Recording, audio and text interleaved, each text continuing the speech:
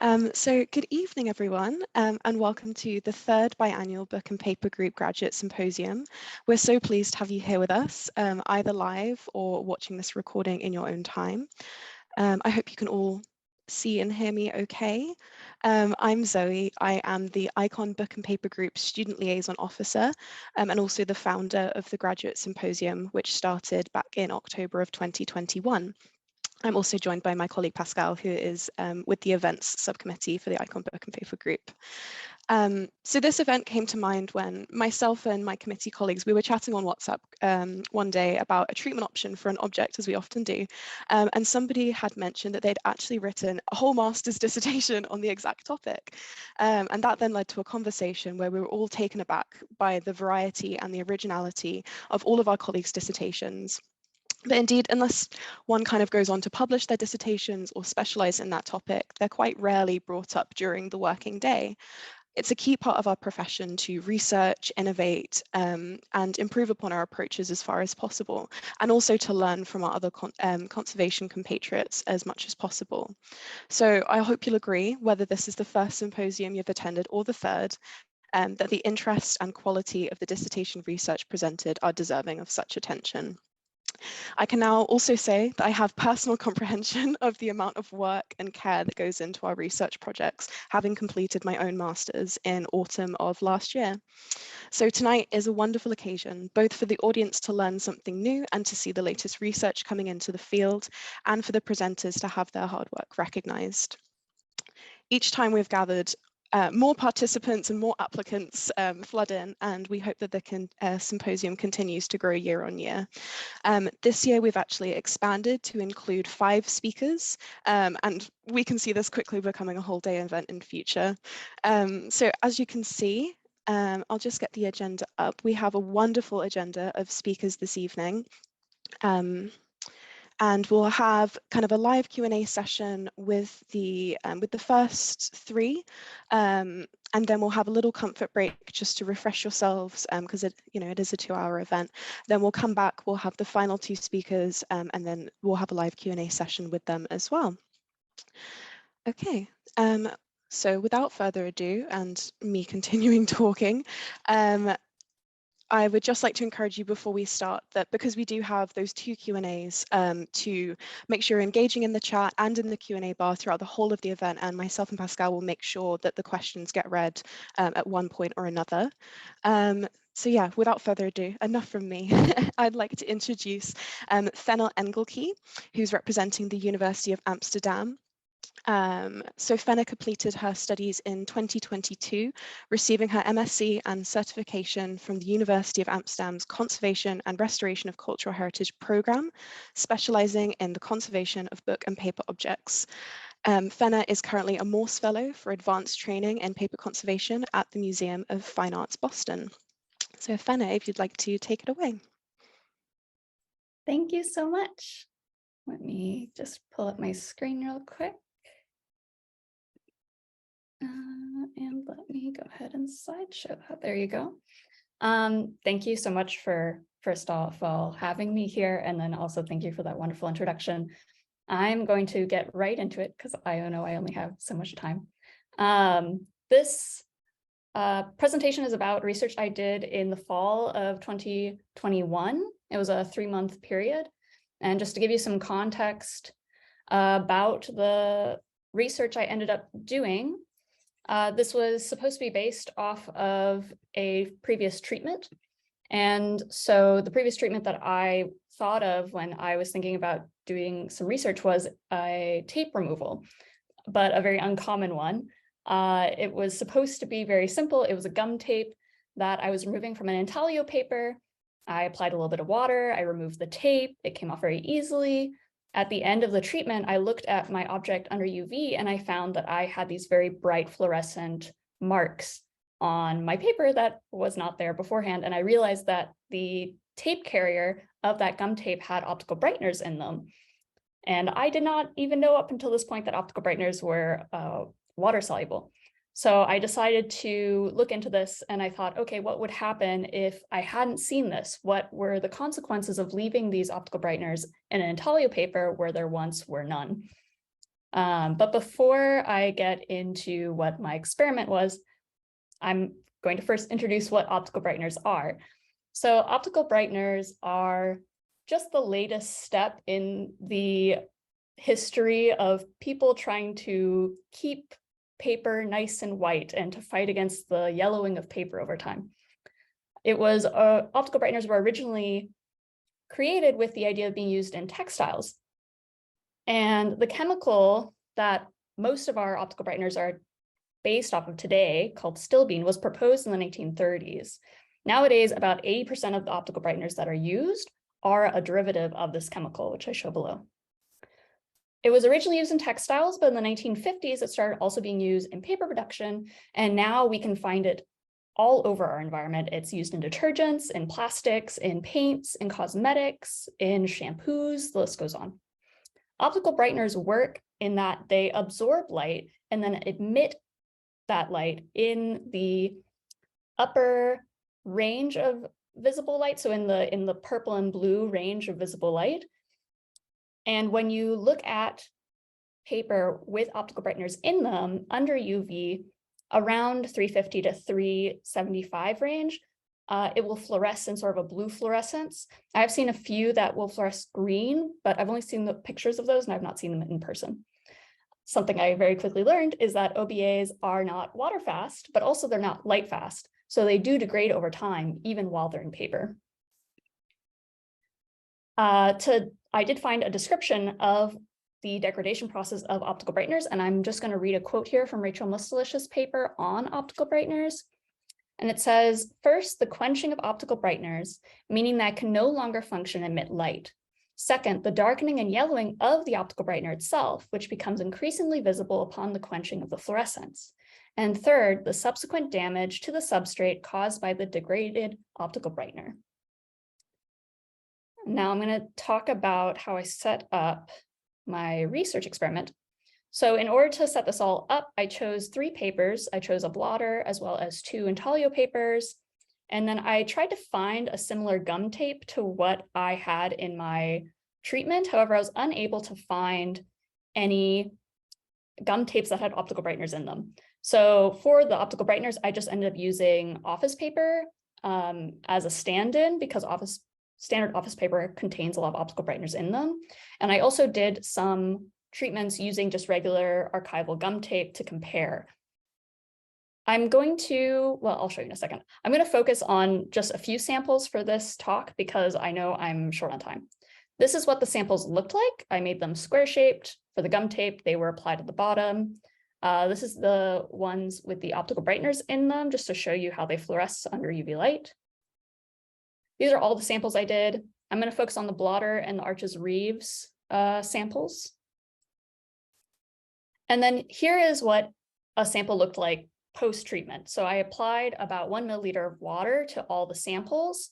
And you can already see here that the optical brighteners from the office paper is already migrating into the intaglio paper. Once they were quote unquote treated, I cut all of my samples in half, and 1/2 of every sample went into a aging chamber, and they were left in there for 6 days at 80 degrees Celsius and 65% RH. So this is what they look like afterwards. This is the Reeves BFK intaglio paper with optical brighteners in them. And to me, already off the bat, looking at these, when I'm looking at the UV samples, one of the first symptoms of degradation of optical brighteners is that they quench, that they fluoresce less than they had previously. And when I looked at this, I thought this could be an example of the fluorescence no longer fluorescing as brightly, because to me, for example, this center sample looks like it's fluorescing less than the unaged one. Also, all of my visible light photos look very washed out on multiple screens. So I'm going to show you an exaggerated version in addition to the regular one to sort of show the degradation so that hopefully everyone can see it on their screens. This is an example of the blotter with the optical brighteners. As you can see, the optical brighteners have moved into the blotter, but in a different way. Because the intaglio paper is slightly sized, we got large pools of optical brightener versus here, the water was absorbed into the blotter very quickly. And so we have very small patches of very concentrated areas of optical brightener. Here it is a little bit darker. This is the comparison to show you that difference in how they were absorbed in the two papers. And then I additionally did samples with just water, just to see what water looked like on these samples. And so you can already see that there is discoloration just with water alone. Here is the blotter with water samples. And here's a comparison, the BFK with water versus with the optical brighteners. When I first saw the optical brightener sample, thought, oh, look, it's the deterioration of the optical brighteners because of the discoloration. But I can't say that for sure now because I know for a fact that water alone discolors the paper. However, I do have this sample, and it's probably difficult to see, but this is the only sample that I found that may contain the second stage of degradation mentioned of optical brighteners, where they discolor the paper. And I don't know if you can really see it, even on the actual sample in person, it's a little bit difficult, but I like to think that this strong concentration of optical brightener here is slightly darkened right here. It may depend on your screen whether or not you can see that. So to me, this kind of confirmed that, yes, it is possible for optical brighteners, in the case of my case study, to degrade and darken and have an effect on treatment over time. However, a secondary conclusion I had was that while this is perhaps something of a concern, when I'm looking at these tide lines, these are much darker than, say, the degradation of my optical brighteners. So it sort of reinforced the cautionary tale of using local treatment as well. And I had one last sort of conclusion to make in all this, and I'm sure some of you already saw it. It's these. You might have seen these on my samples and thought, what are those? And I thought the same thing when I first saw them, because they're not supposed to be there. This was a surprise, although fitting considering the topic of my research. And I'm pretty sure these come from these. These are the clips I used in the aging chamber in Amsterdam. We all use them. Apparently someone had bought new clips for the lab to use, and I used them as one does. And I didn't know that this was possible, but I talked to a contemporary art conservator about optical brighteners in plastic, and it turns out that sometimes certain optical brighteners do not mesh well with certain plastics.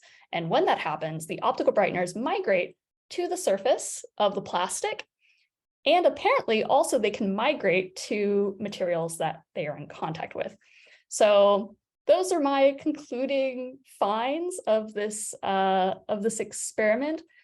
And hopefully some of you will maybe know more about this. I'm not an expert in plastics, so this was quite surprising for me. I just want to say thank you so much for listening to me today. And I've left my email address up here in case any of you think of anything relevant that you want to share with me. Thank you so much.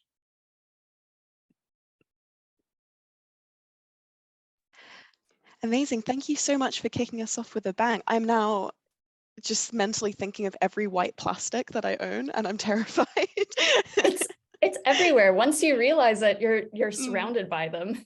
Oh my goodness. Well, it's definitely food for thought. Thank you so much.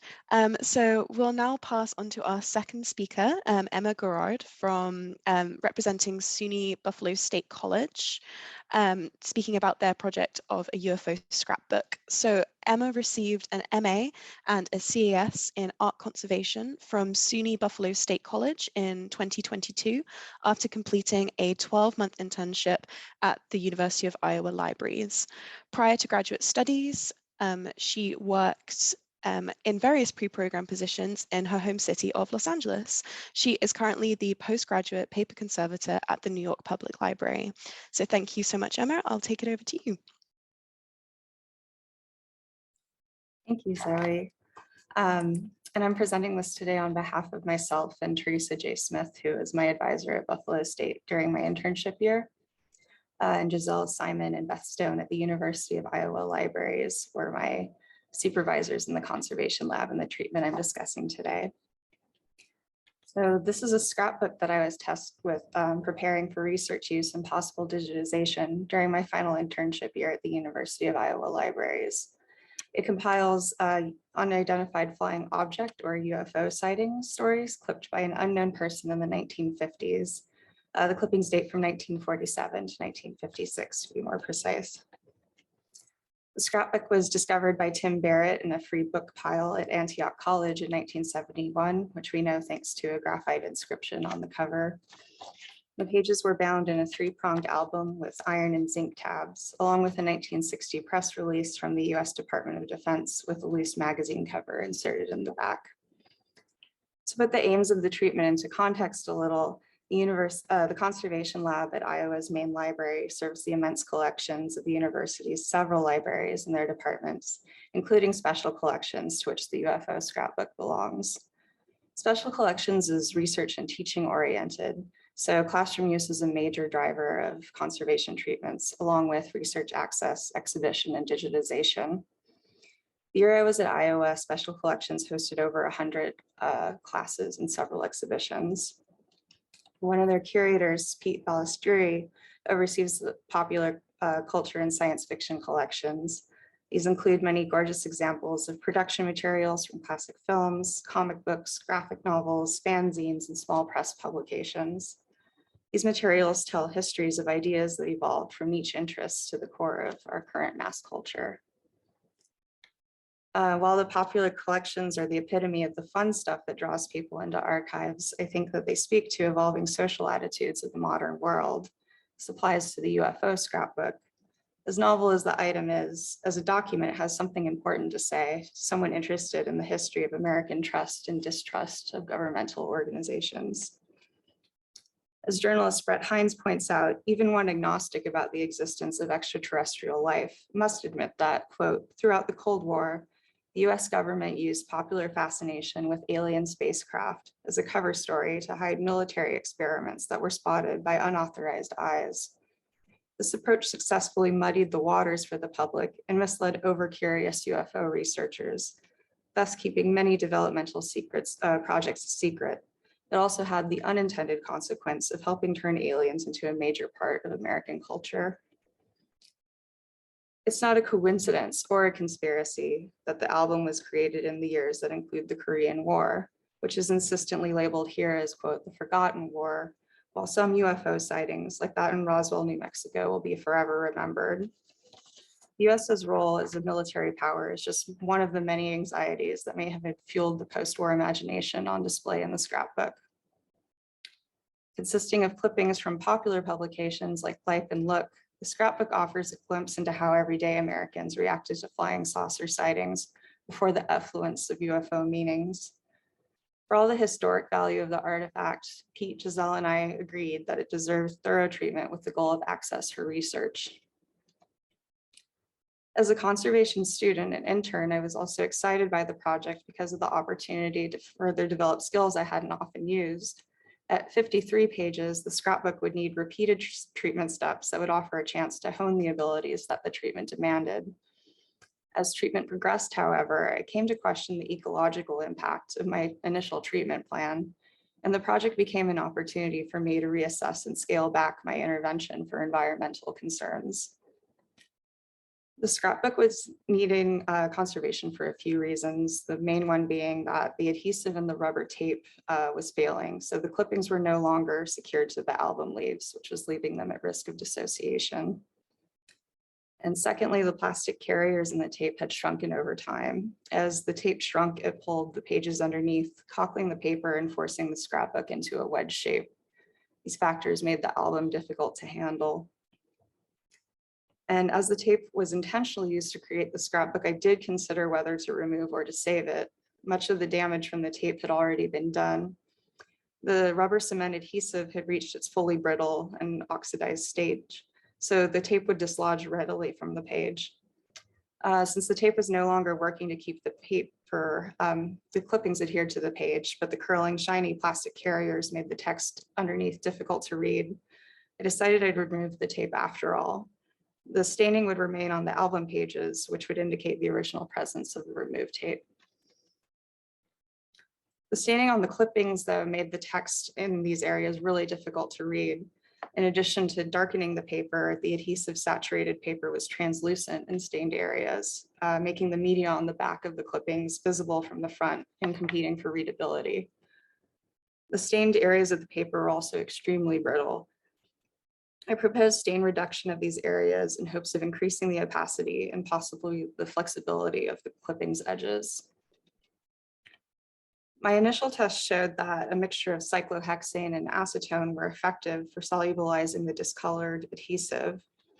Initial areas where I reduced adhesive residues with the mixture on a suction platen looked improved, but I came to realize that the treatment wasn't feasible for the entire scrapbook.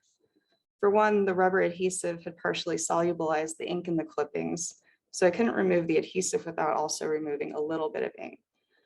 Also, because the clippings span several years in different sources, the solvent mixture that worked for this page wouldn't necessarily be suitable for everyone. And even if it did, the amount of solvent I would need to use and the time working with it to clean every clipping, if the initial page was a good representative, was much more than I had initially anticipated. Weighing the monetary costs and the risks to my own health, I was disappointed to admit that the decision not to go forward with stain removal was the right one to take. But my decision was solidified when I looked at the GHS label on the cyclohexane bottle and considered the pictograph indicating it's a hazard to aquatic life. And then I looked out the window. The main library is just a few steps from the Iowa River, which plays an important role in the diverse wildlife in and surrounding Iowa City. For chemical safety in the lab, solvents are used in a fume hood that pulls air and vapors into the library's exhaust system, which vents onto the roof of the building. Aside from an unknown degree of filtration in the air system, the solvent fumes are essentially removed from the lab and released into the surrounding area. While I can't suggest that conservation labs activities can compensate for larger environmental management decisions impacting the Iowa River, considering this potential effect along with the cost and safety concerns made the decision not to pursue stain removal the clear one. Without reduction of the stain, the paper will continue to be dark, difficult to read, and prone to breaking in these areas. But there's simply no reason to save any piece of library material if we don't have a habitable world to see it in. Just as I was finishing the project, I became aware of the recently published Greener Solvents in Conservation. The text reaffirmed my hesitancy to use cyclohexane. It's rated as problematic on the Chem 21 selection guide of classical and less classical solvents. But knowing that removal of cyclohexane from labs has already been suggested made me hopeful that someone may soon find a greener alternative in the future, even if I hadn't found the resources to find one for this treatment. The decision did mean that I had to modify my plan slightly, considering that stain reduction wasn't feasible at the time, but might be in the future. I wanted to ensure that the scrapbook would remain retreatable as easily as possible. I initially intended to rehinge the clips to the humidified and flattened album pages along the outside of the clippings, but considering the translucency and brittleness of the untreated paper, I needed to place hinges in the unstained areas of the clippings only. I found that some strategic use of silicone release papers to place the hinges made this possible. I also wanted to rebind the pages in the original album in a way that could be easily undone. So with Pete's permission, I removed the album tabs from the album and modified it slightly to accommodate a post binding. The posts are attached to one another with a screw thread, so they can be removed simply with a flathead. The overall result of treatment is that the clippings are secured in their intended place. Though the plastic carriers are removed, the original use of tape by the person who made the scrapbook are still apparent. And in the end, the overall impact of treatment still did a great deal to address the library's needs for treatment, even if the staining is still present. Viewing the treatment holistically, the aim was still achieved while reducing environmental impact, if only a little bit. The scrapbook is overall more square, making it easier to handle and to store. Researchers and students can more easily access the scrapbook without too much risk of mechanical damages or of the clippings becoming dissociated from the text. and it can be more easily digitized, making it available for discovery by researchers who will not travel to Iowa. Although if you view the scrapbook online, you'll miss the opportunity to enjoy the sights of the Iowa River. And I just want to give a quick thanks to my time at Buffalo and Iowa being made possible by the generous funding and the parties listed here. Of course, to Teresa, Beth, Giselle, and Pete on this project. And thank you all. I'll see you at the Q&A. Amazing. Thank you so much for that, Emma. It really, it really touches on every kind of decision that we make is so much more and has such a greater impact than necessarily just for the objects or, it's, yeah, I really enjoyed that. Thank you so much. That actually ties in very well with our third speaker, Josefa Orrego Trincado, who is representing the University of College London. So Josefa studied art history and heritage science as an undergraduate in Chile. She recently graduated from an MA program in Principles of Conservation from the University of College London. Her main interest lies in managing museum collections sustainably, particularly in Latin America. Thanks for the introduction. Hello, everyone.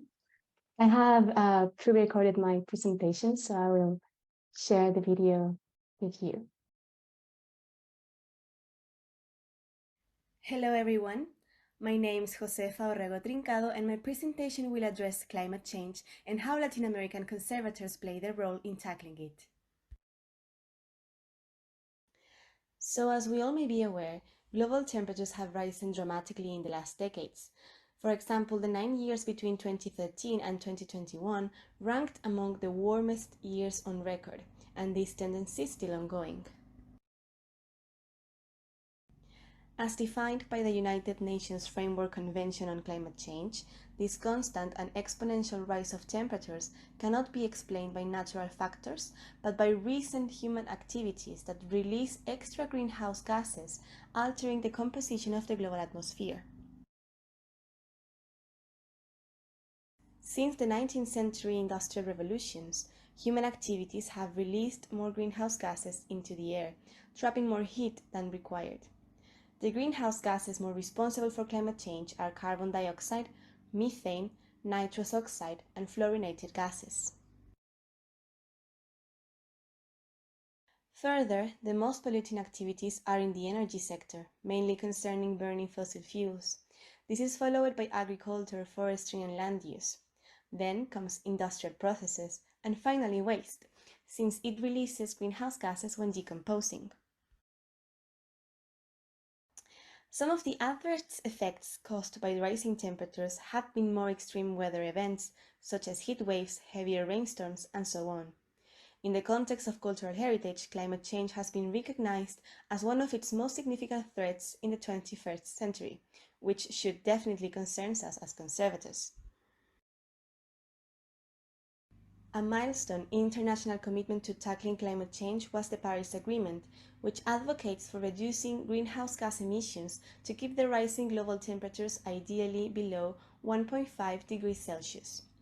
In 2021, 3 major conservation bodies, the IIC, IPCC, and ICROM, signed a joint commitment to work in alignment with the Paris Agreement, aiming to reduce their environmental impact. From this commitment, it's possible to infer that there are practices within conservation that hinder efforts to tackle the climate crisis and thus need to be modified. Recently, many tools and resources have been created to assist conservators in making more informed decisions regarding their environmental impact. For example, the AIC has an entire website dedicated to sustainable conservation practices, encompassing different topics such as materials use and disposal and sustainable energy use. There is also this project called Sustainable Tools in Cultural Heritage that created a carbon footprint calculator where we can know which materials commonly used in our profession have a more significant environmental impact from their manufacturing. Sustainability in conservation is another great network to consult for environmentally sustainable practices. They have a blog of tips and tricks for reusing and repurposing conservation materials, and they recently launched a handbook on greener solvents in conservation. Key Culture is another network available to consult greener practices for cultural institutions. They also recently launched these handbooks about sustainable waste and energy management, which are very applicable for conservators. However, all these tools and resources I've shown you are from institutions located in the Global North and are only available in English.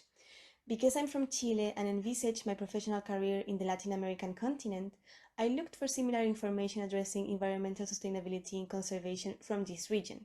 Sadly, I couldn't find anything like that. That's why I decided to focus on gathering precise information on what Latin American conservators are doing to tackle climate change, if that was even the case.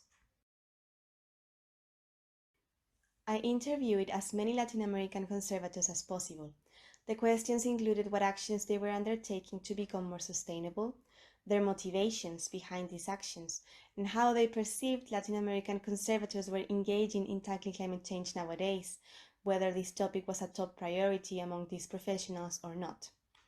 I interviewed conservators from Mexico, Dominican Republic, Colombia, Brazil, Peru, Paraguay, Argentina, and Chile, summing up 12 participants. They worked in museums and universities, and some were independent practitioners. Their answers, of course, only represent some of the reality of Latin America.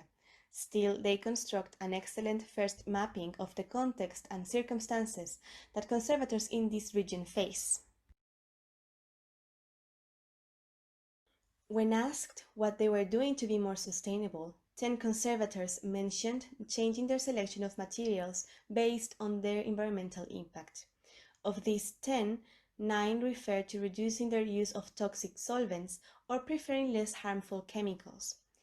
Behind these actions, however, protecting the environment wasn't the only motivation, but also the protection of human health.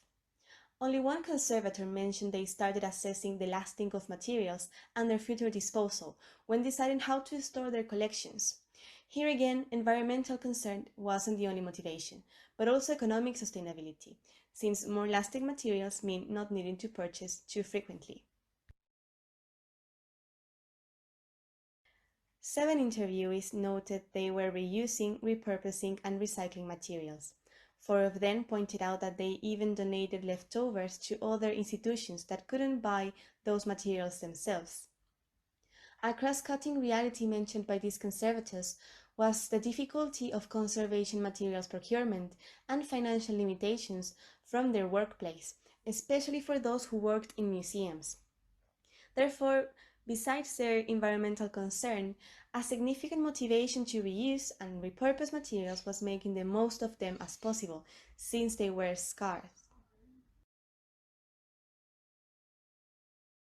On a different line, 5 conservators pointed out that they were researching more environmentally sustainable solutions for conservation. Here, it's worth mentioning 2 research projects I encountered while doing my dissertation. The first one's from Peru, and involves using alkaloids from an Andean plant to repel a common pest in this country. The second one is a laboratory in Mexico dedicated to recovering traditional techniques from pre-Columbian times to produce cleaning, binding, adhesive, and construction products. Nonetheless, the motivations were dissimilar in these 2 cases. The project from Peru responded to a lack of other safe products for pest management in the local market. In contrast, the laboratory in Mexico responded to a desire to disseminate and promote traditional Mexican knowledge, sometimes lost due to globalization, but effective in causing less harm to the planet. Only one participant mentioned they were trying to improve environmental control to rely less on high energy consuming equipment. They said this required creativity sometimes, for example, turning the light on for an hour at night, warming up the space, and lowering the relative humidity. They also noted that they undertook historical monitoring to see if making parameters more flexible showed signs of deterioration in collections. Interestingly, during the interviews, 2 conservators described their environmental management experience in their museums without relying on air conditioning systems. They didn't have this equipment because their institutions couldn't afford it. However, they manage the temperature and relative humidity by identifying the wetter and driest spots of the building, using small dehumidifiers and opening and closing doors when required, and combining different small actions that ensure the collections were in the best climate possible. In these situations, their practices were more environmentally sustainable out of necessity rather than something sought. Additionally, 3 conservators mentioned they contributed to environmental sustainability and conservation by embedding this topic in their training programs. Some recognized that they shared information from institutions abroad, such as those I showed you previously. These actions are significant since this information may not be accessible to everybody in Latin America, sometimes due to a language barrier. Finally, regarding the interviewees' perceptions, 8 recognized that conservation involves unsustainable practices, mainly concerning the use of too much plastic, too many hazardous chemicals, and strict environmental management standards requiring high-consuming energy equipment. They noted that these practices needed to begin to be modified. Concerning whether or not tackling climate change was being sufficiently addressed among Latin American conservators, only 2 mentioned that all the conservators they knew were thinking about this issue. 4 said there were events like local congresses and courses dedicated to enhancing conservation in the region. Although these instances weren't explicitly focused on climate change, they addressed topics like using materials more efficiently or managing collections with low budgets, which could eventually become a more sustainable practice. However, 6 conservators said climate change wasn't being addressed sufficiently in Latin America because other issues, such as financial constraints, seemed to be more relevant to discuss. They stated, however, that it was necessary to start discussing environmental sustainability more. Lastly, concerning how to improve climate action in the region, 5 conservators claimed it was necessary to have more instances for sharing and exchanging experiences and solutions found locally, which could help conservators in other Latin American countries facing similar circumstances to start engaging in the path towards sustainability. Other 5 conservators also stressed that conservation education in Latin America needed to be improved by embedding environmental sustainability in their training, enabling future conservators to follow it as a primary principle. They also said we needed more information about how to be less harmful to the planet in Spanish and Portuguese, since more recent information on this topic is commonly found in English. In conclusion, it was possible from the interviews to acknowledge that Latin American conservators are aware of unsustainable practices in conservation that need to be modified.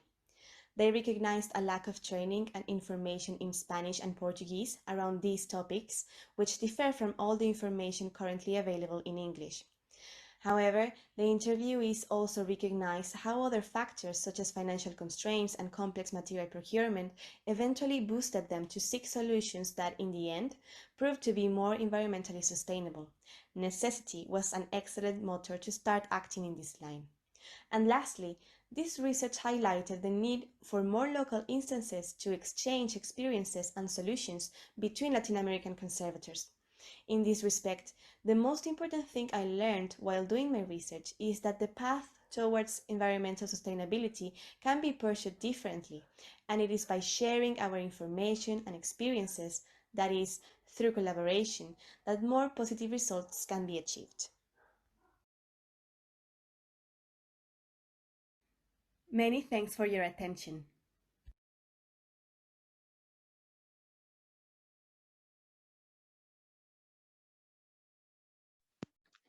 Amazing, thank you so much. I'm biased because I also did my dissertation on sustainability, but I completely agree that there is such an opportunity for a platform to have a more open discourse and also an international discourse with sustainability, particularly as you're saying that the climate emergency is going to affect different countries differently, so there needs to kind of be more of a resources to help conservators throughout the world with that. Amazing. Okay, well, I think that that will take us now to our first live Q&A. I think we did have a couple of problems with the chat earlier, but I think that that's all fixed now. So if everyone who has a question would like to pop it either in the Q&A function or in the webinar chat, and we'll make sure that we get them read out. Obviously, the best thing about being the host is that I get to ask my questions first. So I was wondering, I have a question first for Fenna. I was wondering, you mentioned about how the optical brighteners can discolor the paper. Would you mind touching a little bit more on what exactly the mechanism of that is? I'm just interested to know about, if it's hydrolytic or, yeah. Yeah, sure. Just like most things, optical brighteners do degrade over time. However, they don't. It's funny that we're talking about sustainability because optical brighteners are also a huge problem environmentally as well, because they don't deteriorate in a very, like, if they go out into the ocean, which much of optical brighteners do because they're used in laundry detergents that then get washed out and then go into the ocean. While they do stop fluorescing over time, and while their appearance then in paper over time can turn brown, they don't actually like really degrade physically very well over time. And so it becomes an environmental issue also because they're just in our oceans and affecting wildlife. But in paper, if they stay there, they will turn sort of a brownish color and then will eventually start to affect the paper stability as well, supposedly, according to my research. I think the next step, I wasn't specifically looking for each stage of degradation when I was doing my research, but I think that's the next step to be done, because even though I've found research describing the process of degradation, I've not physically seen all 3 steps themselves. So that's the next thing to look into. Yeah, interesting. And do you see scope for this project to continue yourself, or is it something that you're hoping to pass on to future researchers? We'll see. This is still fairly new. My research isn't published anywhere yet. I wrote a paper for my university, but that paper isn't published. I applied to have this topic be a poster in a future conference, and I haven't heard back yet if that's going to be accepted or not. Depending on if it is or not, I think I still might do a few more samples just to make samples and put them in an aging chamber for a little bit longer to have more definite examples of this degradation process. And maybe that will turn into a paper in the future. Who knows? Wow, I'll keep my eyes and ears out for that. So while we're kind of talking about next steps, Josefa, did you have any kind of potential scope for this? I know you were saying that during your survey you obviously got like a good range of participants, but is it something that you consider expanding or doing again on a larger scale just to kind of consolidate your findings? Yeah, I would love to, because of course the scope was very restricted to the number of participants, but it would be nice to have more responses and to find more local solutions in other countries of Latin America, because of course I couldn't get responses for every Latin American country, but I would love to, yes, of course. Yeah, I encountered a similar thing when I did a survey for my dissertation as well. And there's only so many times I can bug people. You try and put it on the platforms, and it's great to get even just some responses is amazing. But yeah, it's amazing how even just getting a response or 2 from one country that you haven't before, it can really kind of throw the results in a way that's unexpected.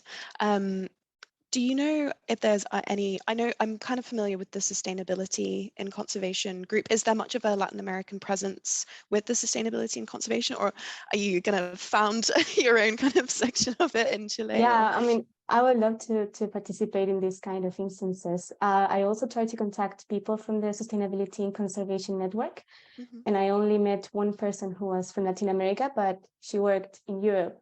So I couldn't find anyone from Latin America working in Latin America joining these groups. But I think this topic is like expanding, every day. So I hope that in the future, more Latin American conservators and from all over the world can join these groups, and that other regions have a voice in environmental sustainability for conservation. Yeah, that's a really noble task. You're a pioneer. Yeah, I look forward to seeing that. I also have one question for Emma. So again, when you were kind of continuing on this thread of sustainability, when you mentioned that towards the end of your research, Emma, you found the Greener Solvents and Conservation book, and that obviously, you know, by the time your project kind of came to a close, you were happy with the conclusions that you came with. But were there any suggestions in those texts about something that could work as a kind of green substitute for these types of solvents?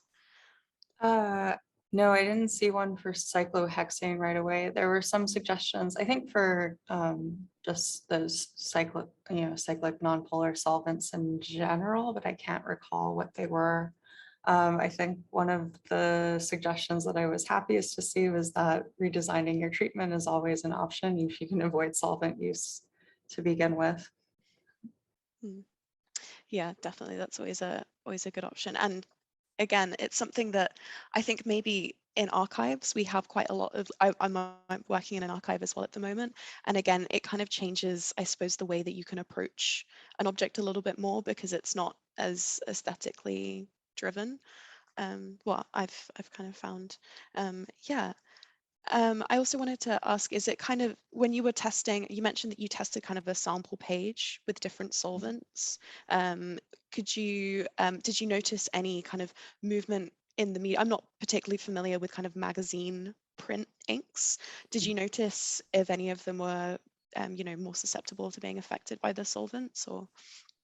On the pages in particular where I was testing them, yes, the red dye was especially fugitive, and I don't know if you could tell in the images that the tape had already solubilized a lot of the ink. Some of it was just like already on the adhesive layer in the tape, which was detached from the clipping, so it was really already missing. And when I did do suction washing with the solvents, I would sometimes see some of those like pinkish residues from that red ink. And, I checked in with the curator to see if this was, assuming that I was going to continue with solvent washing, that this was like an acceptable outcome. And Pete was very cool about it. He said, I'm not trying to save every molecule, just want everyone to see this cool thing we have. So even though I didn't end up doing the washing overall, after all, I think I achieved what Pete was looking for. Good, as long as Pete's happy. Sorry, I have one more question. So you were talking about the scrapbook and how it was found with the nice little inscription. Could you kind of tell a little bit more about the way that it was put together as a scrapbook? Could you tell that, is it something that the owner or the maker added to over a long period of time, or did they kind of use the same tape quite consistently, or was it quite varied? It did look like the same tape throughout. The clippings did range from, I think I said 1947 to 56, plus that extra document in the back from 1960. So I don't know if they assembled everything all at once, or if that was done over time. All of the supports were the same. It was like lined paper and the kind of three-pronged notebook that you might use for like a school presentation, like in grade school. And they had some interesting ways of hinging some of the clippings. There's like one page where they like taped a piece of like thin board to the edge of the paper so you could like lift it out. All of the pages have, if there was like a continued on the next page, they would clip that out and tape it to the album as well. And there were little black arrows cut out of paper and taped in to indicate where there was a clipping that you could lift up on the hinge. I don't know why that's really adorable. I love those kind of documents where you can see the user having had a relationship with it like throughout its life. We have a question for you in the Q&A actually. So it says, how is all the crazy swell in the scrapbook since the tape was removed? Does the binding need work too? The swelling went down. A lot of the pages were really badly cockled. So I did humidify and flatten, not the clippings, but the album pages, which was actually, truthfully, probably the biggest environmental impact that my treatment had. I really debated whether or not I needed to put deionized water in my ultrasonic humidifier when I did that. I ultimately decided I would, even though it was like a really energy intensive way of doing it, because the lab at Iowa has a reverse osmosis and a deionizing step in their machines or in their system. And I think the reason is that there's so much agricultural runoff in the local water that it wasn't advisable to expose the pages to that. Mm. Yeah, that's fair. My again, I'm talking about myself, but my dissertation was actually on water sustainability in paper conservation. And again, it's something that I suppose from like a human user perspective, we see it as so non-impactful because we drink water and we wash our hands with water, and it's it's 6 of one, half a dozen of the other. But when you actually kind of go into the processes behind different waters and their impact, it's another it's another thing to have to consider as a conservator now. Yeah, actually that makes me want to take it back to Josefa a little bit. Did you manage to find many differences between, because I'm aware that you weren't interviewing just paper conservators and book conservators, so did you see a difference in disciplines throughout your survey results, or? Yes, most of them worked in museums, but were not on book and paper conservation, were more like in ethnographic collections, archaeological collections. So yeah, practices were very different and solutions were very different. For example, the project I mentioned from Mexico, it's a laboratory that is trying to find new solutions for conservation, like adhesives, construction products that come from pre-Hispanic times, and to recover that traditional knowledge that can be applicable for different materials. So it's not just focused on book and paper, but it was like more a broad scope for the interviews. Yeah, no, and that's great though. It's good to see kind of a more holistic kind of perspective on this topic, especially what you were saying about the kind of more passive management of museums coming out more of necessity rather than sustainability, but how they kind of actually coincide quite a lot of the time, that it is just kind of good resource management to kind of lean for these things. Yeah, sometimes I found out they were being more environmentally sustainable while we were talking, because when they asked them directly, they would say, no, I don't have any like actions that could relate to this topic. But when we were talking about how they manage their collections and their actions that they usually did, they were very environmentally sustainable. So sometimes we don't recognize that sometimes the context in which we work and the necessity of certain things lead to more environmentally sustainable practices. Yeah, and I guess that would be a really powerful way to instigate change, by kind of showing that they're more sustainable and more engaged with it than maybe they realize, and that it's actually quite easy for them to just make these kind of smaller changes in their day-to-day. Yeah. Oh, food for thought. We actually have a question in the Q&A for Fenna. It says, do you think we need to be worried about optical brighteners leaching from tools into objects? I don't know about tools. I guess it depends on what you're using. I would say that something I noticed while I was doing my treatments on my samples is that I was finding optical brighteners, because I was working with blotter underneath, that sometimes the optical brighteners would then move into the blotter that I was using underneath my samples. And so I had to be sure to check with my UV light afterwards and to set those blotters aside to make sure no one used them afterwards, because I didn't want them to then be transferred to someone else's project if someone decided to reuse that paper. I don't know about tools. I feel like if you get it in your brush, as long as you wash your brushes, you should be fine. I'm trying to think of like the clips. Yeah, so I would if you're using plastic items, I would maybe check under UV to see if they fluoresce. This was a very surprising find for me. I wasn't expecting optical brighteners to move from plastics into paper as well, but it was very convenient for this topic for that to happen suddenly in those specific samples. But it doesn't seem to be the case for all plastics that the optical brighteners can migrate and then offset into another material, but I would then be very cautious using fluorescent plastics for that very reason. So I would just check under a UV light real quick before you use it, or put maybe like a little bit of book board or something, or blotter in between the plastic clips if you have similar ones that you want to use to sort of stop that migration from potentially happening. That would be my suggestion. Yeah, they've just come back and said that they assume some of that is from the artificial aging processes as well, kind of being that really warm, quite humid environment, whether that kind of provokes it to happen a little bit. Yeah, I do wonder if that instigated it a bit faster than it would have normally. Because, well, again, I wasn't testing for the plastic, so I don't know how it would react normally if I just left them on in a normal office for 6 days, if I left the clips on the paper, if that migration would still happen or not.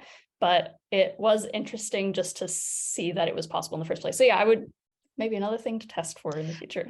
Yeah, well, I'm sure in a graduate symposium that happens in 50 years, everyone's going to be like, everything's plastic, what do we do? So it's an interesting topic that's probably going to develop a lot in the coming years. There's another question for you from Helen Peters saying, Fenna, did you also do light aging tests, and do you think that the discoloration of OBA has a negative influence to the stability of the paper fiber? I did not do light aging. IFA does have a light aging setup available, I think, when my classmates was using it at the time, so I just did the climate chamber instead.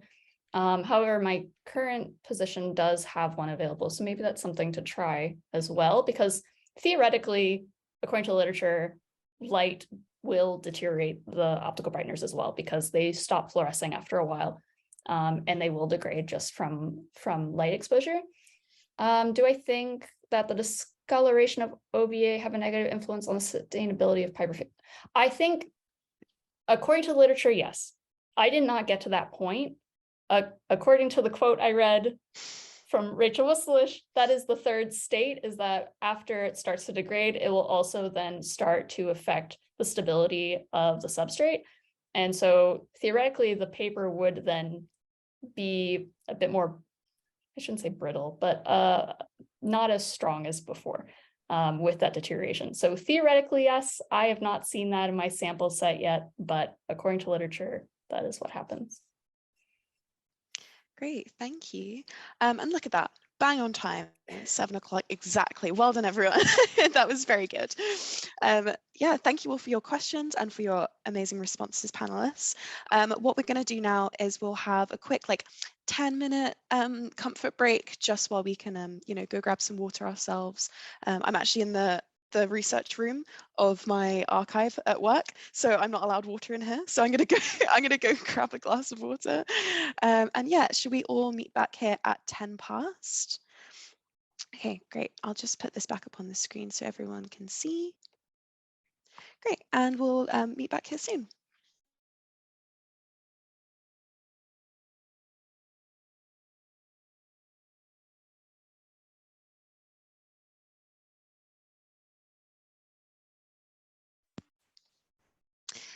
Hello everyone. I think we're back for the second portion.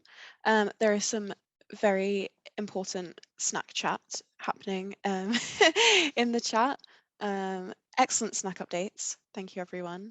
I'm now very hungry and very jealous because again I am in the search room at work and there are no snacks in sight. I am going to stop sharing this. And I'm going to pass it over to Pascal to introduce our next speaker.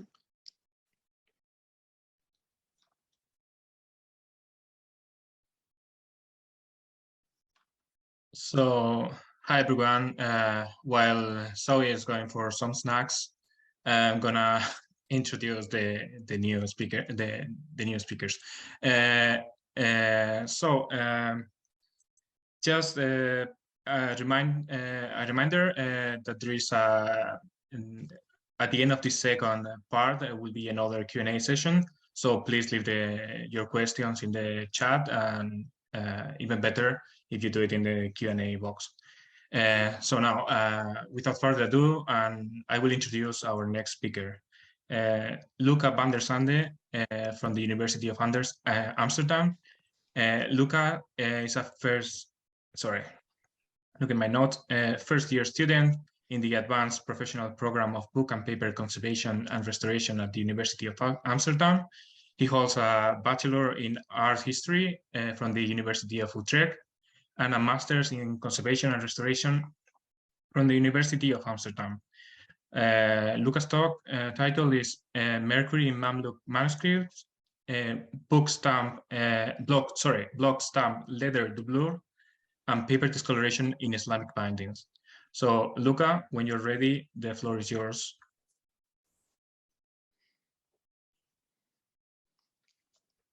Hello, good evening. I will be presenting on the topic of paper discoloration, and it's in relation to block stamp leather doublures in Islamic bindings. So in this image, you can see the type of discoloration that I'm talking about. It occurs typically on the first and last pages of these Mamluk manuscripts, and these pages are in direct contact with leather doublures. So this is leather that is used to cover the inside of the boards on these manuscripts.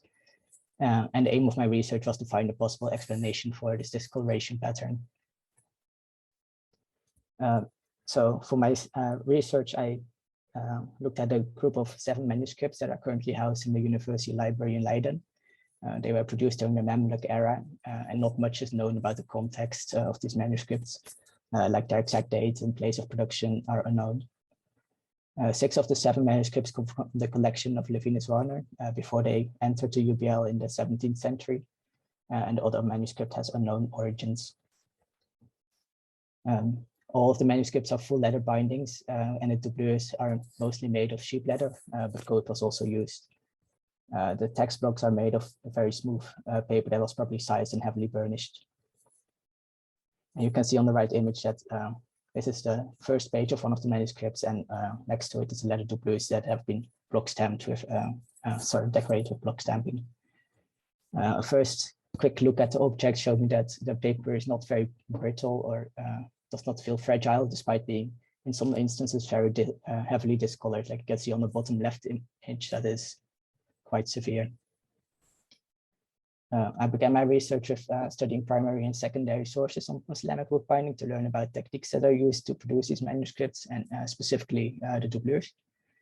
So there's 5 known and translated primary sources for this study of Islamic manuscripts, but I could not find much information about doublures in these sources. Only one source mentions the treatment, and it is described no further than burnishing and application of saffron to the leather. I tried to get information as well from the treatment of leather used on the outside of the cover. So for these 2 sources, that's Ibn Badis and Al-Sufyani, describe oil removal as an essential step, while 2 other sources, Al-Muzaffar and Al-Ishbidi, suggest adding oily substances to add shine to the leather, so the opposite treatment. It is also unknown if the leather for the outside of the books might have been treated differently compared to leather that's used on the inside of the books. It is noticeable that 2 types of species are usually used, or different types of species are used. So for the inside, like I already mentioned, it's often sheep, while on the outside, goat appears to be most common, but also other species are used. And secondary sources also offer little insight into discoloration and leather doublures. Only 3 sources discuss block stamping, and the discussion centers around the origins of the technique. So Bos and Oda attributed to the textile industry, while the other source by Rabiant and Inde thinks that this is unlikely. No mention is made of the discoloration patterns on paper. So for this first step of actually studying the objects, I examined the relationship between the leather and the paper. through imaging with visible light, I was able to establish that the discoloration matches the light areas on the letter. So these are the areas that are unstamped, and they are, as a result, a bit higher than the dark areas, and they contain more texture. Like you can see on the lower image, there's a bit more texture on the lighter areas, and the lower, darker areas are more smooth.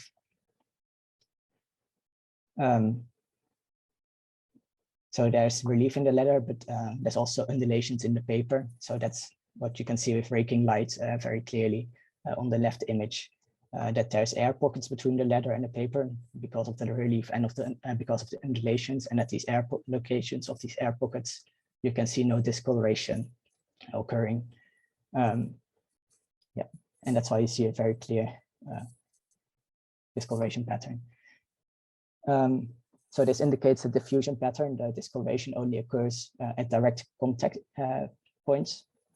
And the discoloration probably must have been caused either by migration of compounds from the leather to the paper, or it might be a reaction between the materials. So during my research, I also had the opportunity of conducting analysis with the help of the RCE, or the Dutch Cultural Heritage Agency. So I was able to look at the manuscript with multispectral camera and conduct XRF analysis. First, I want to discuss the multispectral imaging for this type, this part of the analysis. UV light was the most interesting really for this research. There's some variation in the color of the fluorescence. Sorry, all manuscripts show fluorescence under UV light, and there's some variation in the color. So most are a yellow or cream color fluorescence, while some other manuscripts show more orange. You can compare the image on the left and the top left image of the group. You can see that there's a slight difference in hue. The most severe discoloration tends to absorb the light and has bright halos under UV light. The other wavelengths during multispectral imaging did help to show more pronounced pattern of discoloration, and also to visualize a pattern where there's no discoloration visible yet under visible light. XRF of the manuscripts showed that the discoloration contains surprisingly high amounts of mercury. So this could not be attributed to contamination. And we did not measure any mercury in other locations of the manuscripts, only in the discoloration itself. So it was not present in the letter, in the textbook itself, or in gilded areas. We only measured 3 manuscripts, but because all of the manuscripts showed similar discoloration and fluorescence under UV light, we concluded that mercury was likely present in all of the manuscripts. So to explain the presence of mercury in the discoloration, I looked at various uses of mercury throughout history. So the most obvious may be the use of mercury in art. So it was often used as a pigment or an ink. It was also used for gilding sometimes, but like I already mentioned, this is not the case in these manuscripts. There's no ink or gilding that can help explain this, the presence of mercury. Another common use in the Islamic world was the use of mercury as a medicine. So it was very popular to treat eye infections and skin ailments such as scabies or syphilis. And it was also used as a poison against lice and nits. There's a source about the use of mercury in medicine by the physician and chemist Al-Ghazi, who also describes the production of mercury or mercury chlorides. For medicine, often mercury chloride and elemental mercury were used as a basis for treatment, and the treatment could be applied in various ways. So it would be ingested, inhaled as a vapor, or it could be dissolved in a fat or an oil in order to apply it as an ointment to the skin. Elemental mercury is not soluble in water, but like I mentioned, it can be dissolved in lipids. Well, mercury chloride is a salt that sublimates, and it is soluble in water and most other organic solvents. And I found a third use for mercury that is relevant for this research, that is the use of mercury as a biocide or preservative. Mercury chloride was known to have been used from the 16th to the 20th century as a salt or a liquid in fixatives and preservatives. Mercury chloride was also used in the tanning industry in the mid-1900s, and in other tanneries, methyl mercury was sometimes used as a fungicide. In book conservation, mercury chloride was also used as a preventive conservation treatment until as late as 1984 as a way to prevent biological attack. So although we have no record of mercury having been used as a preservative in the Mamluk era in art, we do know that it was used on skin, and leather, of course, is also derived from skin. And we do know that mercury was also used as a biocide, so against lice and nits. So I think that this helps to explain the presence of mercury in the manuscripts.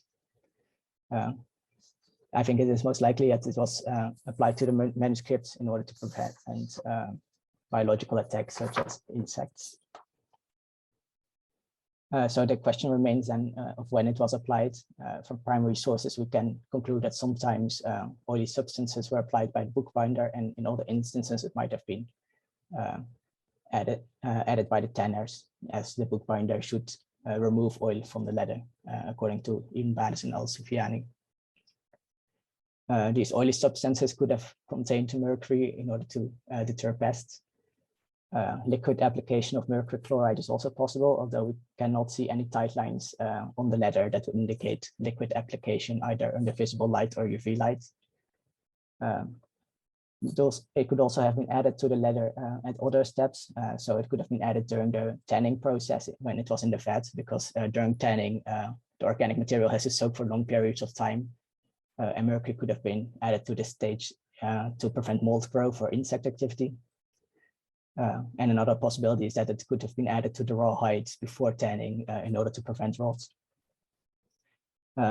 It should be noted that the salt is soluble, and it might have been washed out before it reached the bookbinder if this were the case, because the skins have to soak for long periods of time in various substances. So to conclude, I think that mercury is cause for discoloration, and that the discoloration is caused by diffusion of materials from the leather into the paper. So although there's no mercury present in the leather anymore, it must have originated from it. And it was possibly applied as a preservative or biocide in the form of either elemental mercury or mercury chloride. And it could have been applied before, during, or after production of the books. Over the centuries, the mercury has disappeared from the leather through migration from the leather into the paper, and possibly through sublimation. I thank you for listening, and I wanted to thank the UBL and the RCE and my supervisor, Françoise Richard. There's a lot I could not include, so please do not hesitate to ask any questions later.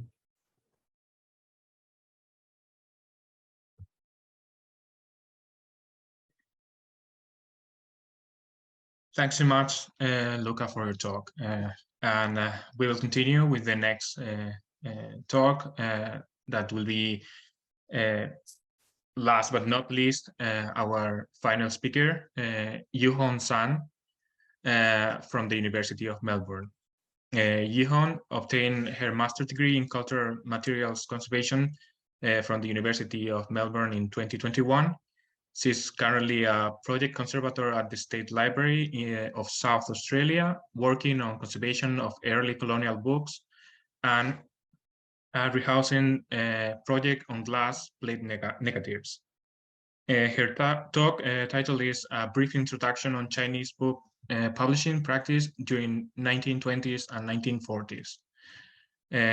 So Yuhong, when you are ready, please share your screen.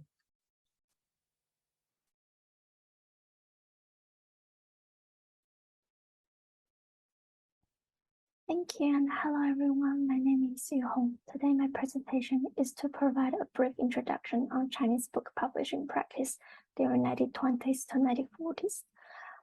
There are 4 aspects I will be covering for today: Chinese collection project, where my minor thesis stemmed from, history background of modern era in China, manufacturing techniques, which covers practice on paper making and printing, and the book binding styles. Collection survey, to share some of my thoughts on how to work with Asian collection under Western context. My minor thesis focused on 41 Chinese cultural collection items from Rare East Asian Collection, University of Melbourne Library. It includes 30 booklets and 11 embroidery pattern books. Part of the aim for the minor thesis is to provide history context for this set of Chinese collection and explore book publishing practice in China during the modern period, which is also the theme for today's talk. To my surprise, I ended up with more questions than I anticipated. The major reason is that there are not sufficient studies or researchers focusing only on this period of time. The book publishing industry in modern China is more likely to be just a chapter of a reference book. On one hand, the collections are amazing, as you can see on the screen, but on the other hand, it is also true they are printing the material and not valued as unique or special as Asian Chinese scroll painting or manuscript. Another reason is a lot of the studies use only a few major cities to demonstrate as case study, especially Shanghai. It's not a surprise. After Shanghai was opened as a treaty port in 1843, Western missionaries and businessmen started to arrive in the city with Western ideology and modern technologies. Shanghai later became one of the birthplaces of China's modern industry, and its publishing and the printing industry were regarded as one of the best in the Far East Asia. Within the Chinese collection I worked on, 44% of the books were published in Shanghai. In this case, a more comprehensive study is required. Finally, the history background, which also contributes to the complexity. To clarify, modern China began in 1912, after the last Chinese emperor abdicated the throne and the country became a republic, and it finished in 1949 when the People's Republic of China was established. And here are some major events. As you can see, a lot has happened in these 30 years, mainly warfare, first among Western countries and then with Japan and end up with Civil War. A very good reflection of the time is this print, The Situation in the Far East, 时局图, a print that is discovered in 1940 at National Archives and Records Administration of the United States of America. And you can look it up with these figures represented in this print. At this point, it is quite clear how turbulent the age was. There is the first time in Chinese history where the nation was forced to open up and must learn and take on Western ideology and technology. Under these circumstances, three mainstream philosophies emerged. People still believe in traditional Chinese culture and consider everything that has happened is only temporary setback. Then you also have people believe that we should abandon Chinese culture and embrace Western culture completely. And then you have the mixture. Chinese learning as substance, Western learning for application, 中体西用, which means China tried to achieve self-strengthening and industrialization by borrowing Western technology and a military system while retaining core Neo-Confucian principles. Papermaking practice happened to reflect these philosophies. Handmade paper produced by family workshops was still at the dominant position in inland and rural areas. Many paper manufacturing companies in the city along the southeast coast that had trade ports like Shanghai rely on buying papermaking machines from Europe and America and hire foreign technicians to operate those machines. And this kind of paper is called imitation of foreign paper. Other cities such as Beijing and Sichuan rely heavily on buying the cheaper imported Western paper. Because they were produced massively and sold with lower price, imported paper and the Fangyangzhi managed to overtake the predominant status of the Chinese traditional handmade paper and became the most common used material for papermaking in modern China. And here are some images of the traditional handmade paper mills. Before 1949, there was nearly 20 different types of foreign paper commonly available in the Chinese market. Among them, printing papers include newspaper, glossy paper, and offset printing paper, accounted for the 50% of the total amount. Since the Chinese traditional handmade paper was not suitable for printing books and newspaper, China started to rely on imports to support its publishing market. However, you can see there's a decline on the amount of the paper get imported and the price soared. This happened due to the ongoing warfare between China and Japan and the destruction of the public transport, which created difficulty to get Western material to China. Many modern paper mills in China would purchase papermaking machines and raw materials overseas and adopt Western papermaking techniques in their production. Among this raw material, high-quality wood pulp was one of the most raw material used. It became common since the industry in Shanghai started to use a large amount of wood pulp during the 1930s. Compared with other materials, wood pulp was very expensive, and only pure wood pulp was used to produce top quality paper. Therefore, the majority of modern paper mills would rely on logs, straws, recycled paper, and a small amount of wood pulp to reduce cost. And here is an example of one modern paper mill from Guangdong province. Here are the recycled rocks, water reservoir for making paper, the paper making machine, and the staff taking the paper out of the press. The development of Western printing techniques in China can be divided into three periods: the relief printing period, 凸版印刷, the lithograph printing period, 平版印刷, and the intaglio printing period, 凹版印刷. The majority of newspaper, magazine, and books in China were printed with letterpress and lithographic printing. In order to achieve mass production, many printing factories, like the papermaking factories, purchased printing machines from Western countries. Since the beginning of the 20th century, machine printing became the mainstream of the printing industry. Here we will use the commercial press as example. And here is the font type room. And you have one worker putting the font inside of the compositor. And two different, this one, that one, two different type of printing machines. And now moving on to the book binding.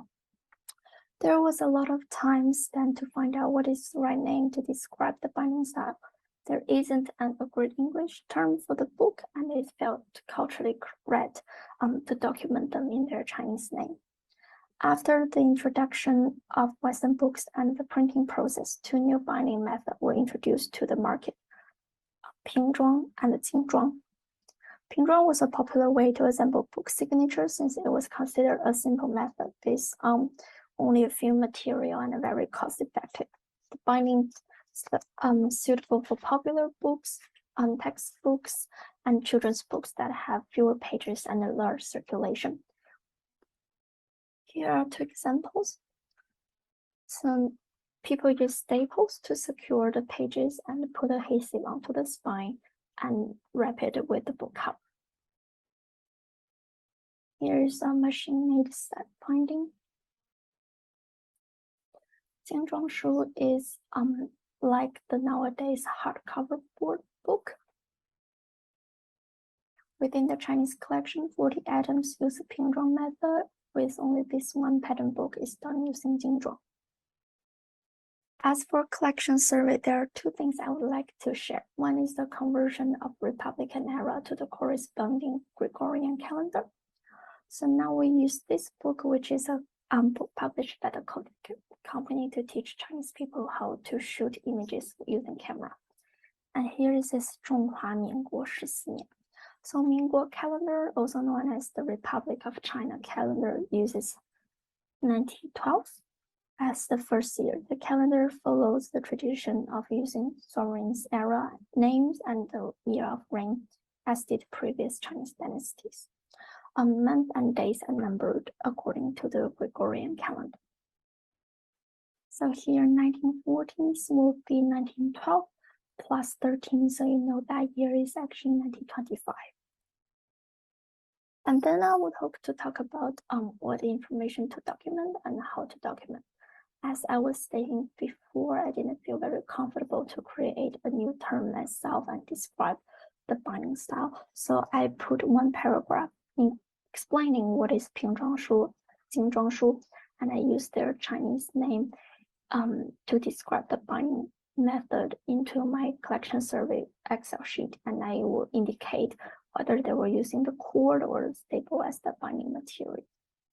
But unfortunately, I didn't have enough time nor the ability to capture all the staples Or here you can see labels because sometimes there can be 5 or 6 of them on one book. So I would think this will be a very good opportunity to engage with local Chinese students or Chinese communities to help with the documentation and the interpretation of these stamps and the labels, so we can document everything more thoroughly. To conclude, the studies and the researches of printing the Chinese book is not enough, and it will be a project with a lot of potential since it covers a lot of aspects in conservation practice, such as conservation ethics, working and documenting with foreign objects, scientific research, and a community reach out and the collaboration.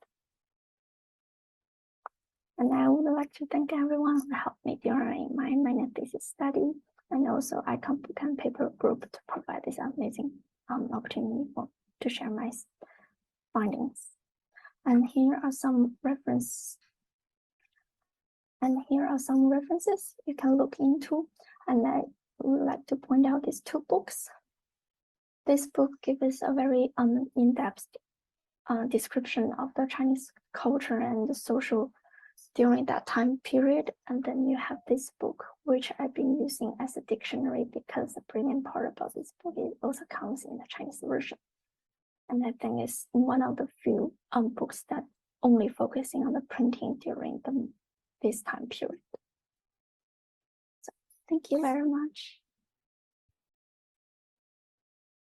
Thank you so much, Yuhong, for your presentation. And now we will continue with the Q&A session. I will request Luca and Yuhong to go on camera, and I will hand to Zoe.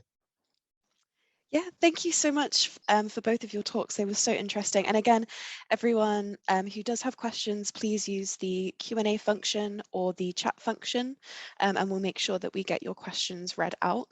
But again, I have monopoly for now, so I'm gonna, I've been writing down some questions while you guys have been talking. So I do have some questions for Luca, because I've been looking recently at some objects in our collection that have that had kind of suggested health hazards recently. So I wanted to ask you how you thought that finding out this presence of mercury, how would that affect kind of any handling recommendations and storage recommendations for the books, and also if they would necessarily affect any future treatment options that could be considered with these types of books? Yes, there's an article about this, actually, about safety, because it was very common in herbaria to use mercury, where in the research, I forgot who wrote it. I think Havermans was one of the first, but I'm not sure about the others. And then mentioned that in well-ventilated areas, it is not ideal, but it is still okay. But there's big danger if it's stored in boxes, and if the boxes are opened after a long time, that the mercury sublimates into the box, and then a large concentration is released into the air. So that is something to definitely keep in mind. And it's also important maybe to keep in mind that the manuscripts that I researched are already several centuries old. If a book was treated in the 70s, it is likely to be more dangerous. It is always good to be cautious, I think. As for treatment options, I don't really know. I haven't looked into it because my research was really just diagnostic in its approach. Yeah, great, thank you. And that kind of feeds into something that someone has actually put into the chat. So I know, like you're saying, your research was kind of more diagnostic, but they've said, has any treatment been undertaken at all? If so, what form has the treatment taken, and has the presence of mercury influenced decision making in this case? I know you kind of touched on that, but if you wanted to kind of expand a little bit more. I haven't been involved in any treatment with books, and I can't say anything about that, unfortunately. Mm-hmm. Yeah, no worries. And also, again, this is from me. So you were saying about the possible kind of like sublimation of mercury. Is that something that you've been able to find in research that happens with mercury-based substances over time? Yes, this is in the same research that I mentioned, that they talk a lot about the air quality in archives and museums if there is documents containing mercury. It depends on the type of mercury that is used, I think. So it is known that mercury chloride does sublimate, for example, and I think also elemental mercury, but other types of mercury might be more stable, like in pigments. I'm not so sure if it's also a danger, or if it's still. Yeah. I have a question. So I've got my conservation group WhatsApp up at the same time, so I've got questions coming in from here as well. So again, for you, just while we have you up, there's someone wondering if bindings are contemporary to the book block, or is that mercury on the book block only and not in the bindings? Yeah, no, this is a strange thing, that it is really only in the discoloration and not in any other part of the book. And since the discoloration matches the stamping of the block stamp doublures, it must have come from it. And it is actually the original binding, yes. Okay. And do you wonder, again, you were mentioning about maybe putting oily substances on the leather throughout kind of their lifetime. So do you feel that maybe it's the oily substances that have something to do with the discoloration that you're finding, as well as the mercury, or? Yes, this was actually my initial hypothesis. I thought that since the discoloration is so dark, but the paper does not really feel brittle, I don't think it's acid, but maybe it's oil that is discoloring. And also I noticed that there's fluorescence, and some oils also fluoresce in UV light. So it is possible that there's also oil migration happening from the leather into the paper, and maybe this oil has transported mercury, but I haven't been able to confirm this with my research. There's plenty of opportunity to continue, I think. Yeah, definitely.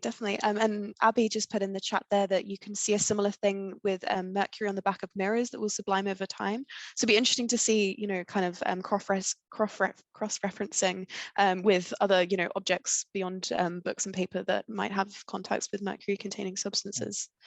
I also think it would be interesting to see if maybe in textile and clothing conservation, if this is also known to be relevant, because leather is, of course, applied in many other fields as well. Yeah, definitely.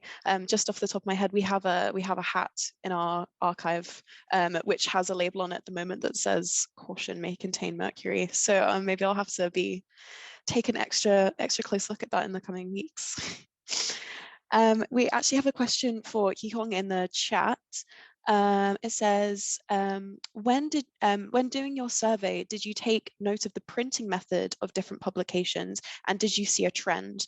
I'm wondering if the print production trends follow the trend we see in Western printing in this time period.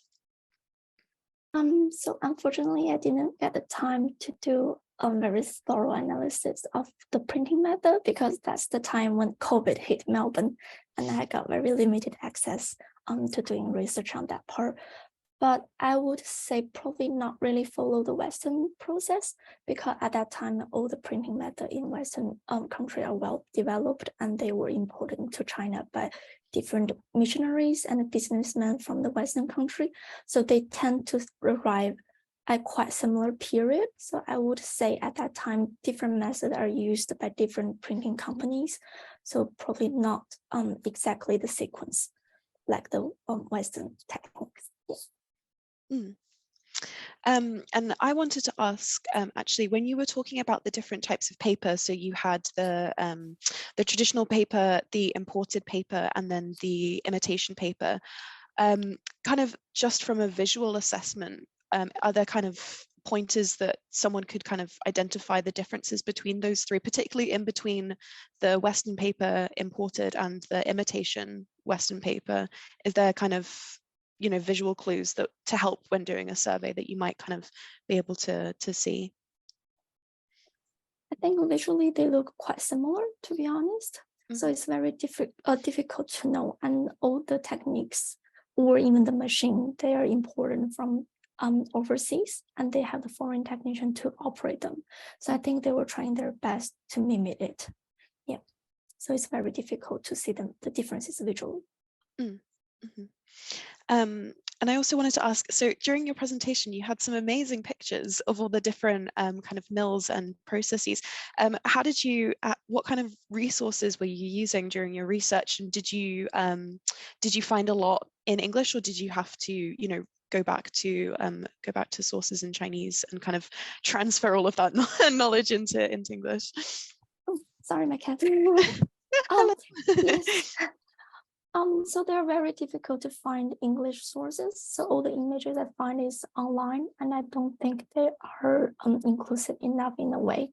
Because of the COVID again, I couldn't really go back to China and visit the local library to get more images. So these are only the very clear images I can find online, but most of them are from Chinese websites. Great. Again, it's amazing that we've kind of had these themes throughout the graduate symposium, that there are a need for kind of opening up kind of more language specific and cultural specific pockets of conservation, because again, as we're kind of you know, beginning to have these kind of online global platforms, we're starting to get so much more kind of knowledge exchange. So it's important to have people like you who are kind of opening up these kind of avenues for us. You were saying because of COVID, you weren't able to travel back to China. So were some of the examples you were looking at, were they in libraries and archives in Australia? So there's actually a Chinese website, and you can still order and purchase books from the Mingguo period, the Republic period, and they can deliver to Australia. And that's what the library has been doing. So they have a set of collection they purchased from a Chinese website and got delivered to Australia. So I think in terms of the quantity, there's still a lot outside there, and we can do research on for sure. Yeah, great. And I'll take that question actually to Luca. So you obviously, when you were talking about the ways that Mercury were included in a lot of different areas of life back when these books were made, how did you kind of explore those resources, and were there any kind of primary sources that you used to help you in that research? I mainly looked at secondary sources because it's also, the difficulty is that I don't speak any of the languages from the Middle East, unfortunately. So there's one primary source that I think was partially translated that I looked into, was by the chemist that I already mentioned, Al-Ghazi. But yeah, I mainly looked at secondary sources that also discussed these primary sources. And Great. And do you see any future kind of avenues? Are you going to continue with this research? Are you going to maybe expand it and, you know, open up to maybe going on a little trip to the Middle East somewhere? That will definitely be very interesting, but I don't know if it will be possible. I would like to get more precise answers to my questions, absolutely. But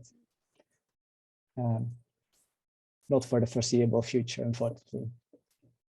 Yeah, it's always difficult. I feel like I've gone straight from kind of being really into my dissertation research, and that was, you know, everything I thought about, and then suddenly you get kind of catapulted into the next environment, you know, when you start working on new projects, and it kind of, you know, falls by the wayside. But there's plenty of time, and yeah, it seems like there is definitely some questions that still can be answered, because I suppose you have the instrumental kind of side of things, but yeah, it'd be amazing to see where it goes from there. Let me just quickly check to see if there's any questions in the Q&A. Not at the moment. If anyone does have any further questions, it can either be for Luca or Yuhong or any of the other participants. They're all still here. So if you do have any further questions, please do pop them in the chat. Yeah. I'll give it a couple of minutes, because we are running a little bit. Everyone was so good at listening at listening to the instructions that you all stuck perfectly on time for your presentations. So I'm just gonna give it a few more minutes. But actually, I suppose I didn't ask that question to Yuhong either. Do you see your research continuing in any new directions in future? I do hope so, but I've been looking and I don't think there's a really huge focus on the printing of material, especially during the modern and the contemporary era. So it's quite difficult if I just purchase some books and try to do the analysis myself. It's not very realistic, but I do hope in the future, if some fellowship or some project comes up, I can help and do some translation work into that, or doing more research from the Chinese literature, that kind of thing. So yes, definitely, I do hope so. Yeah, great. And I love what you were saying about taking this kind of knowledge and working with the Chinese speaking community to help in identifying these the stamps and all of that. I was actually wondering if you could talk a little bit more about those little red stamps specifically, and obviously again I can read them, but is there a kind of typical formula that the stamps would contain that you could just kind of easily identify, or do they vary quite a lot? I think a lot of those books were at one library at a stage. So it's like local libraries or local public libraries or local primary school libraries. So they will put a stamp on there, and this basically saying which library it is and where it is located. And there's another thing I hope to mention, but it's not really about the stamp, but about the money. So 1 year, the price for one booklet is like $0.2, and the very next year is like $1,000. And that happened because they kind of changed. I thought it was like inflation or something, but then I realized they kind of changed the money system. So they have a new value of money, like the paper money, and that's what happened. But unfortunately, I don't know whether that kind of information is valuable enough to put into the collection survey. So that's a lot of things I do hope to document, but I'm not too sure how to do it and to what degree. So that's why I think involving different community or students will be beneficial for collection like this. Yeah, definitely. Wow, that's amazing. I was wondering, that's just made me think that maybe it could even help with dating some books where the date's uncertain, if you can find, these specific changes. Yeah, there's actually, I'm diverging now, but I'm really into this. There's this historian on TikTok, and he looks at old atlases and old globes, and he can tell you literally as specific as he can when the globe was made based upon which territories and which years they, so he like zooms into one place and he's like, oh, but that only became a region in February 1978, and then it stopped being a region in April of 1978. So I know it's not us. I love those kind of clues that you can glean from those types of little details, which you want to include in a survey, but there were already a couple of thousand entries. So yeah, I understand that you have to be kind of more specific. Okay, well, we've got to kind of the tapering end. So what I'm going to do before we kind of sign off is I'm going to plug more icon things. Hopefully you guys enjoyed this. So I'm just going to show the next events that we have going on. And actually there's been a change in this, because firstly, we do the graduate symposium twice a year. So we will have the next symposium maybe around in mid-June, which means that submissions will be open in around April time. So if you know anyone that has done amazing research, I feel like people are not very inclined to back themselves, particularly when they're students. So if you know someone and you know that what they've got is interesting, prompt them, or have a little bit of faith in yourself that everyone here tonight has really enjoyed all of this research and they're students just like you. So, it's all worthwhile. And then I was going to plug the Book and Paper Group Bespoke Cradle Workshop when I made this PowerPoint presentation, but it's now fully booked, which is very exciting because it's one of our first in-person events happening in London. But I had reassurance that this probably isn't going to be the only one of these. So again, keep your eyes out for that. And then our next online talk is happening on Thursday, the 30th of March, and it's Herd of Rees giving a talk on identifying the daffodil bindery, which again is going to be a really amazing talk. So we hope to see you there. Thank you all so much. Firstly, to our participants who put in so much amazing work getting your presentations together and giving really informative discussions on your research. I'm sure you'll be bothered in your email in the coming days with people who have extra questions, especially when this recording is shared again to people who couldn't make it live. And also thank you to the audience, particularly those who have stuck it out for the whole 2 hours. Thank you so much for your attention and for putting in your questions into the chat. Yeah, so once again, thank you to everyone. Have a lovely evening, and we look forward to seeing you at the next event. Bye.